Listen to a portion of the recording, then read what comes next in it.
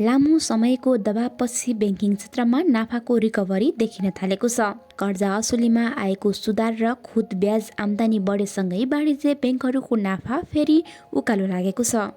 चालु आर्थिक वर्षको दोस्रो त्रैमाससम्ममा सञ्चालनमा रहेका 20 वाणिज्य ब्याङ्कहरूले 30 अर्ब 59 करोड 39 लाख रुपियाँ नाफा कमाएका छन्।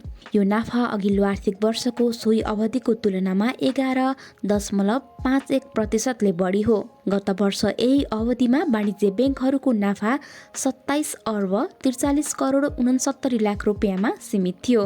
लामो समयदेखि बढ्दो खराब कर्जा, उच्च ब्याजदर र कर्जाको माग सुस्ताएका कारण दबावमा परेको ब्याङ्किङ क्षेत्र अहिले भने क्रमशः सन्तुलनतर्फ फर्किँदै गरेको सङ्केत देखिएको छ। ब्याङ्कहरूको नाफा सुधार हुनुको मुख्य कारण खुद ब्याज आम्दानीमा आएको वृद्धि हो। दोस्रो त्रैमाससम्म आइपुग्दा 20 मध्ये केवल 6 ब्याङ्कको मात्र खुद ब्याज आम्दानी घटेको छ भने बाँकी 14 ब्याङ्कको खुद ब्याज आम्दानी बढेको छ। यसले समग्र ब्याङ्किङ नाफामा सकारात्मक प्रभाव देखिन्छ। त्यससँगै नियामक निकायको कडाइका बावजुद ब्याङ्कले कर्जा असुलीमा ध्यान केन्द्रित गर्दा खराब कर्जा नियन्त्रणमा आउन थालेको छ। तथ्याङ्क अनुसार 8 वाणिज्य ब्याङ्कले दबावकै बीच आफ्नो खराब कर्जाको अनुपात घटाउन सफल भएका छन्। खराब कर्जा घट्दा प्रोभिजनको भार कम भएको र त्यसको प्रत्यक्ष असर ब्याङ्कको ब्यालेन्स सिटमा सुधारका रूपमा देखिएको छ।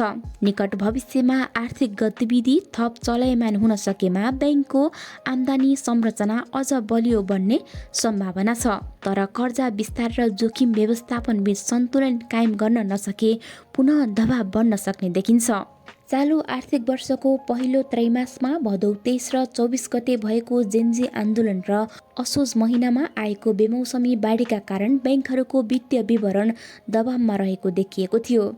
मध्यम स्तरका ऋणीले पनि विविध कारण देखाउँदै ब्याङ्कहरूलाई गर्नुपर्ने भुक्तानी समयमा नै नगर्दा अघिल्लो त्रैमासको ब्यालेन्स सिटमा दबाव बढेको थियो।